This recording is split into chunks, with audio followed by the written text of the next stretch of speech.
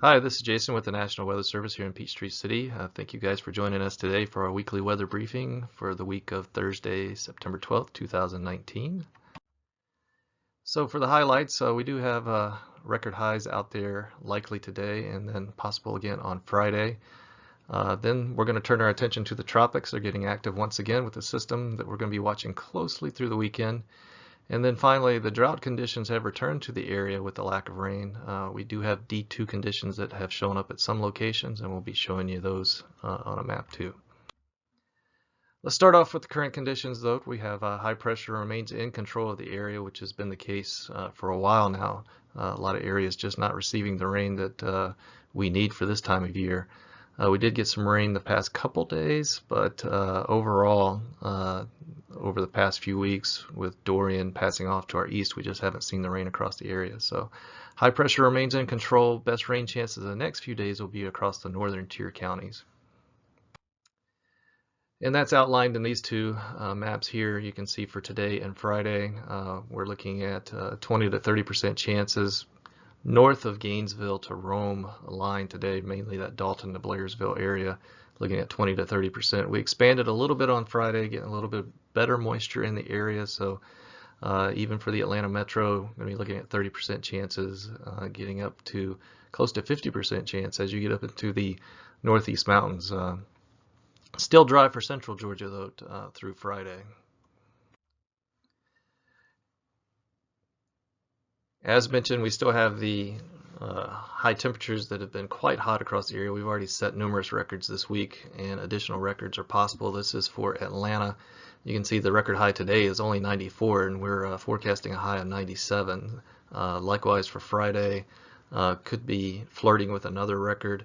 Then we start to see some cooler temperatures come in, but I will caution that some of these cooler temperatures are assuming that we're going to get more cloud cover from a tropical system coming out of the Gulf. That may or may not be the case, so these temperatures could be much higher than what you see here.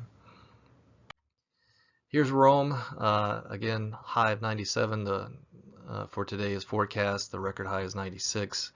Tomorrow forecasting another record, so these next 2 days are going to be quite hot with record-breaking conditions for September. And then Macon getting close to those records again. The record highs are a little bit higher there, so going to be a little bit harder to break those, but we'll certainly be in the ballpark for those.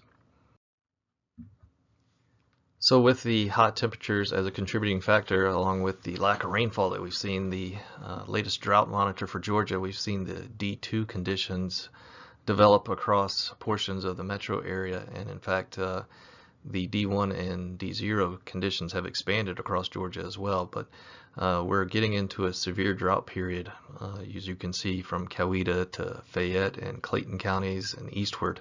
So we're going to be watching to see how this develops closely over the next few weeks.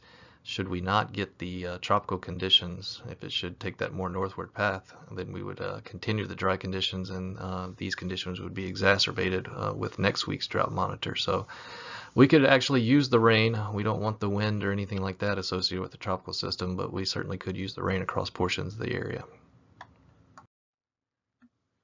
So here is the latest tropical weather outlook from the National Hurricane Center, showing two systems of interest. The main one that we're concerned with for now, though, is over the Caribbean there with the red hatching, and the X marks the current location as of 8 a.m.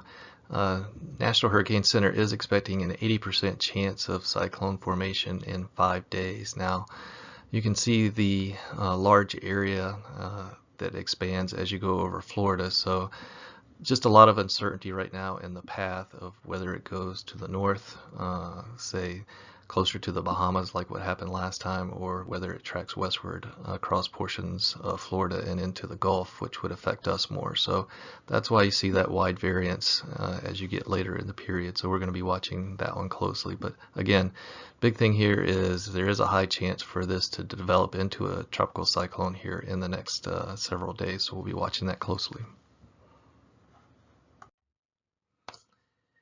It's too early to determine the path of the current system that's out there. It's not even been named yet, so it's very disorganized. As with Dorian, though, at this stage, there are several possible outcomes for both intensity and the eventual track. So A northward track would bring very little impacts to the area. It would keep most of the rain east of the area, and we would maintain the dry and probably hot conditions. The westward track would result in heavier rain potential, especially across central Georgia, and then it would just depend on the intensity of the tropical system as to the exact impacts, but just too early right now to determine the direction or path that this thing's going to go. So here's the rainfall projected over the next 7 days, but one thing to keep in mind is this is taking into account a more westward track for the tropical system, which would bring more rainfall to the area, more beneficial rainfall to the area.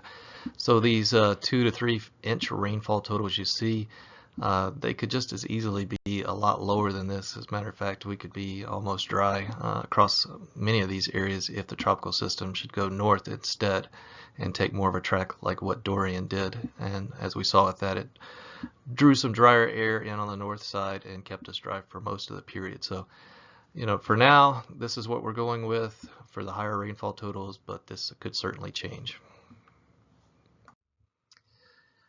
As such, if we go 6 to 10 days out, you know, it'll depend on if we get any tropical systems, but if we don't, we're again going to be looking at or above normal temperatures. And then for the rainfall, right now it's saying near equal chances or above or below, but that's depending on the tropical. If we don't get any tropical influences, this will likely be a below normal for the next 6 to 10 days, which will exacerbate the D2 drought conditions we talked about earlier.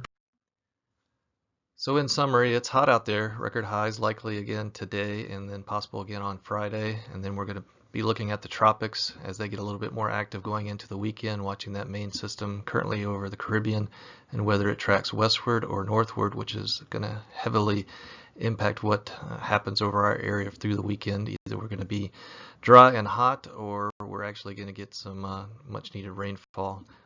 Those drought conditions have returned to the area with D2 conditions at some locations, and we're going to be monitoring that closely over the next several weeks. So with that, thank you guys for joining us today, and we'll see you next week.